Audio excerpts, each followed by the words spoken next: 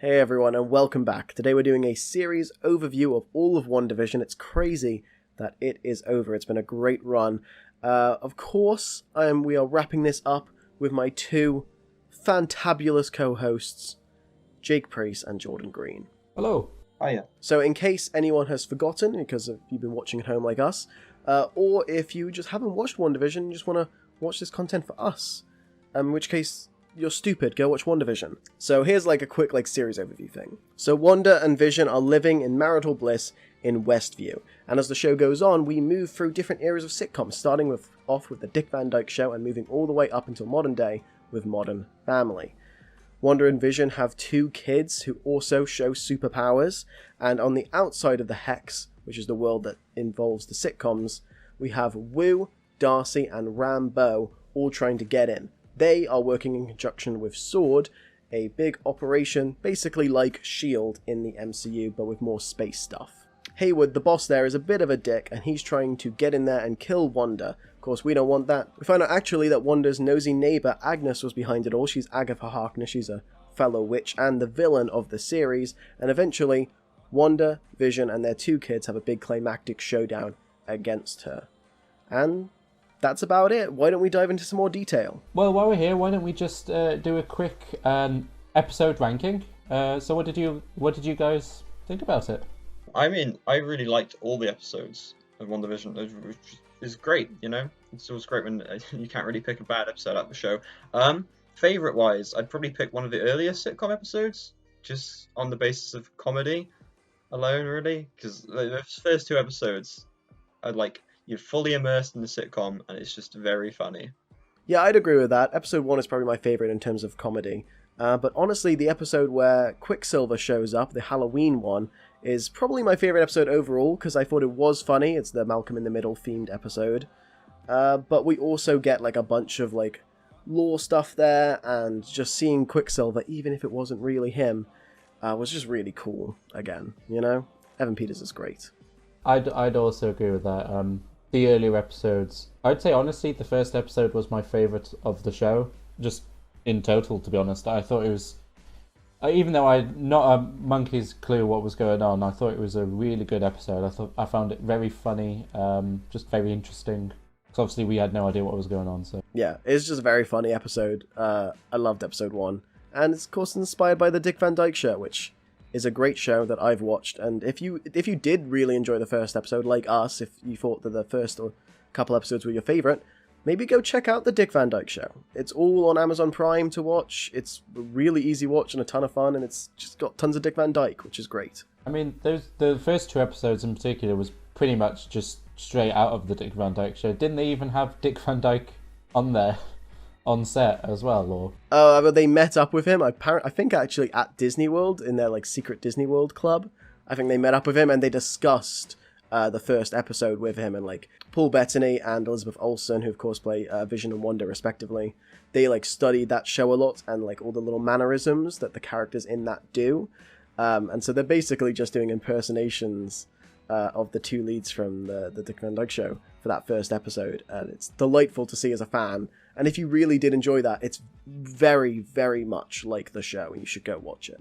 Yeah, so back at the beginning of the series, we did a thing prior to watching the first episode where we wrote down a bunch of predictions for the show. So these were things like individual characters appearing, general story beats, things like that. And I thought it might be fun for us to go back over them now to see what we got right, what we got wrong, and just how ridiculous some of mine were. So some of my predictions for the show, I think everyone and no one will die. What does that mean? Very, very general, broad setting there. I'm my prediction, someone will or won't die. I thought that potentially that I full on went into it thinking that this was potentially House of M inspired. Well, it is House of M inspired, but it would be basically House of M just put on screen. So I was thinking that maybe a lot of people would die and then be brought back. Yeah, well, we talked a lot about House of M being a big inspiration for the show, and I think to some extent it did do House of M's plot, but just with no mutants, and a lot of it was very different. it was basically completely different. To be fair, I think it did like the first part of House of M, you know? Like, I still think there's more to come. Yeah, I think you could definitely feel the inspiration to it there, and I think we'll probably see a little bit more of House of M's kind of seeping into the MCU in the future. But the one I was extremely confident about is that Vision will still be dead and Wanda will have his children, / Vision comes back as Silver Vision. You've been calling that since Infinity War, I think, actually. You were like, we're going to get Silver Vision. We're going to get him. And you were right, we did. And he's here to stay, apparently. It had to have happened. It had to have happened. And he's died twice now. And been brought back to life 3 times now. Third time's the charm, Jake. This is the 3rd time Vision's died. Oh shit, yeah! Vision died in this one! Yeah, he's killed an Ultron, isn't he? Yeah, because Jarvis dies in Age of Ultron. And then then Vision dies in fucking Infinity War, and then Hex Vision dies in this. Vision's died 3 times. No, Vision dies twice in Infinity War, Craig. This is his 4th death. This is his 4th.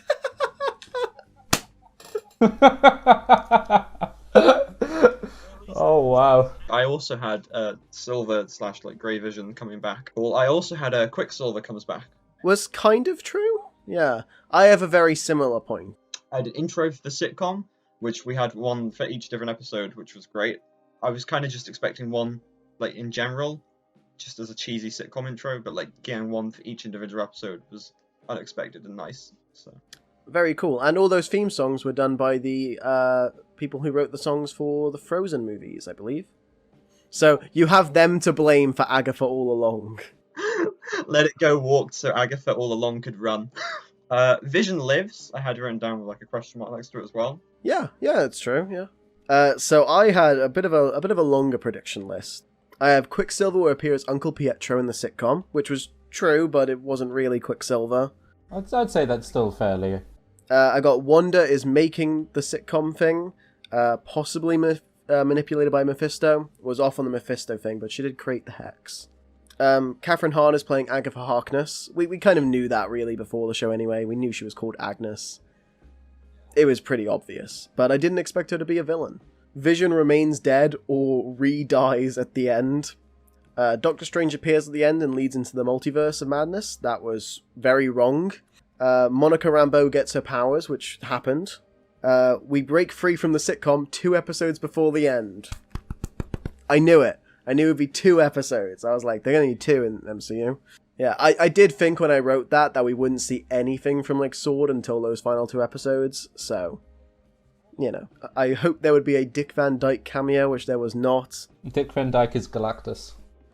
Tony Stark cameo, that didn't happen, which isn't surprising with Robert Downey Jr. Ultron appears in the sitcom, that didn't happen either. Wanda dies at the end, she's in Doctor Strange 2 via the multiverse. That was a way out there one, I knew it was out there.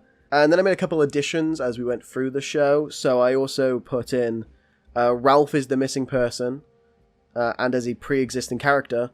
Pretty sure Ralph Boner is not from the comics, unfortunately. The advert couple are Wanda's parents. We're going to talk about that later on. We found out that wasn't true. We still don't know what's going on with with the couple from the adverts. But and then just after episode 7, I thought that Dottie might actually be Arcana, who's a wizard. I think we thought there would be something wrong with Dottie anyway, but she just turned out to be some girl called Sarah. So nothing. I mean, we got a version of Quicksilver back as well this time. We assumed, or at least had a prediction of it being from the multiverse, but it turns out he's actually Ralph Boner. Fucking Ralph Boner. Ralph Boner. Yeah, it's a bit of a disappointment. We thought he'd be multiverse or like something like that. Potentially even the Pietro from the Fox X-Men movies.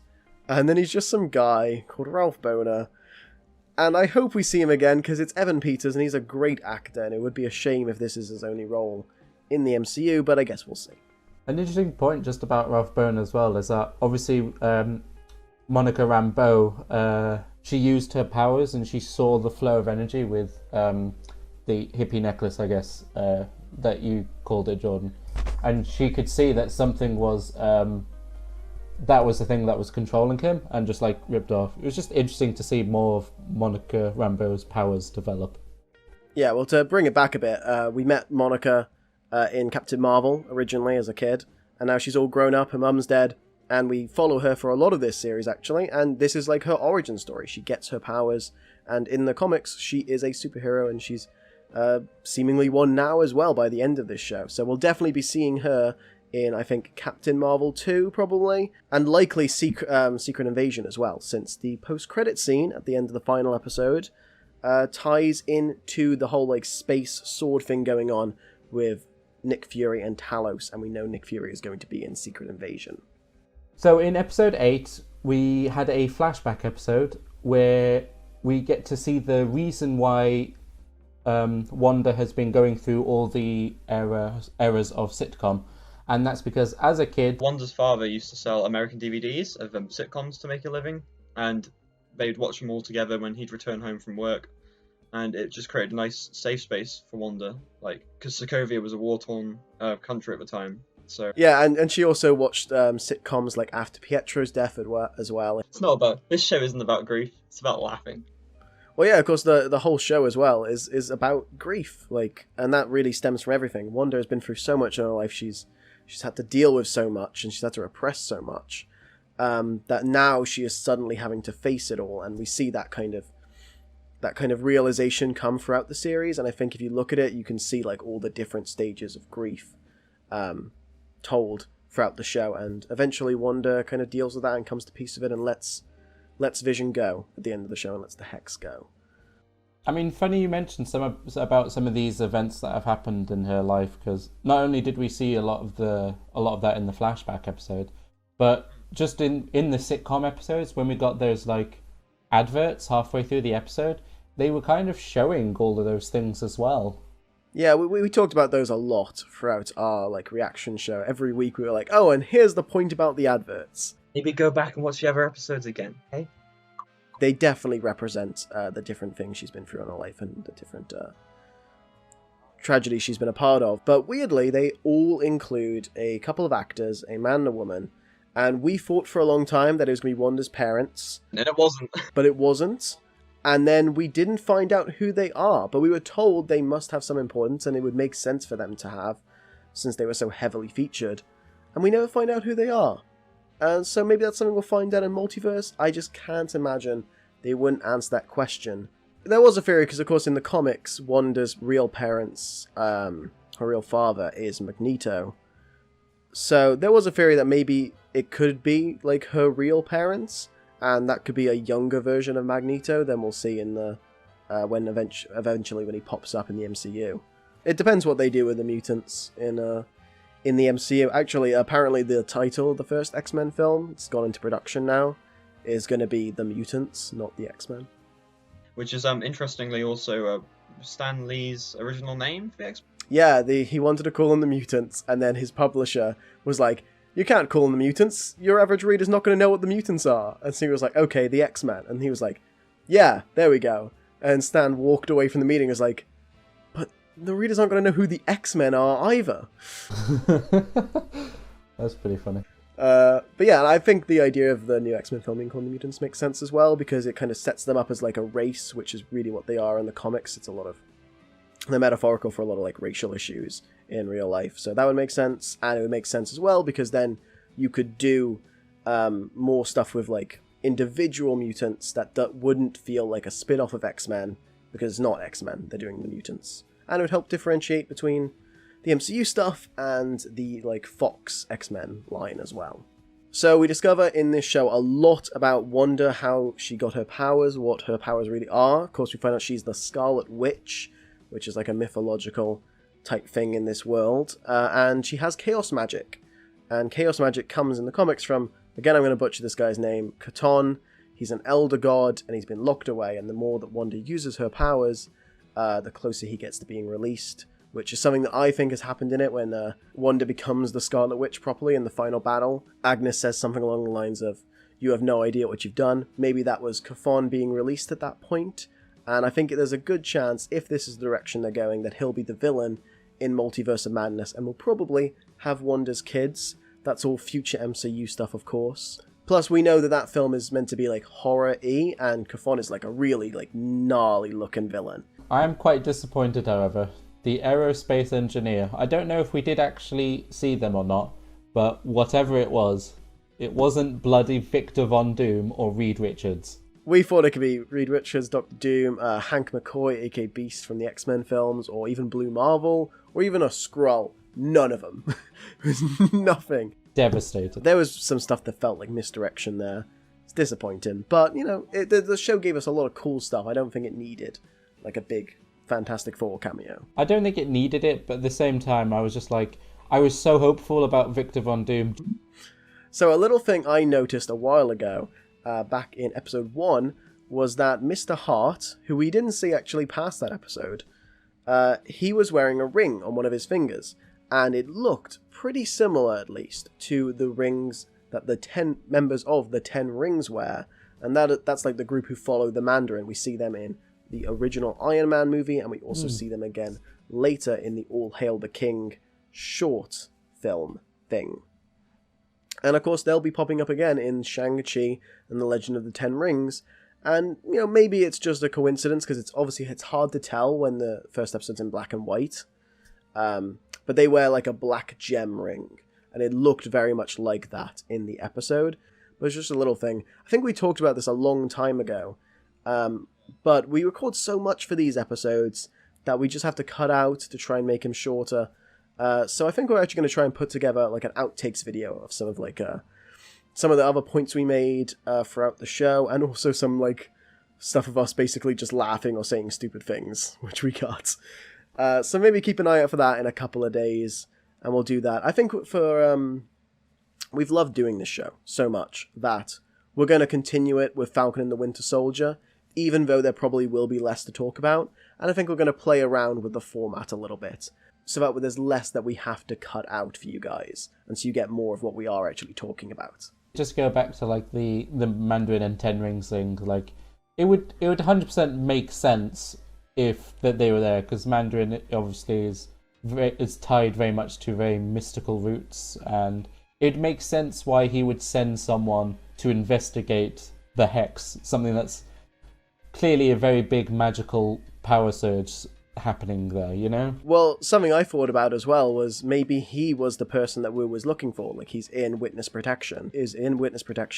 He escaped for whatever reason. Maybe the Mandarin was hunting him down or something. Went to Westview, and then, of course, the Hex stuff happened. So, the three of us have loved WandaVision. It's been great. If you guys have been watching along at home, I hope you've enjoyed the show as well as the reaction videos we've been doing.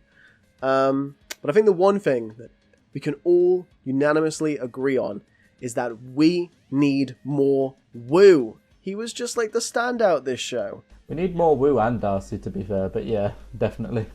I'd love to see Wu become like this next phase's Coulson, just popping up and stuff all the time. He pops up at the end of the Falcon and Winter Soldier like, I'm putting a team together. I call them the Wu Avengers. Wu Avengers. He's like, I'm putting a team together, and then he makes the card appear and hands it to Falcon. There's a good chance that we'll see Wu in the new Ant-Man film. Yeah, we'll definitely be seeing Wu and Darcy again sooner rather than later, I think. Well, guys, this has been a gas. I want to thank all of you at home for watching along this video and all the other ones. It's been a great time. It's been a great show to watch and to make our videos as well. Thank you to Jake and Jordan, my co-hosts, for following us along. Thank you. It's been quite fun talking about it, to be honest. Yeah, thanks for having us. But from me, goodbye. And from me, goodbye. Thanks for watching. Remember, whack-a-mole. Oh, Jordan, you didn't follow the format, you step.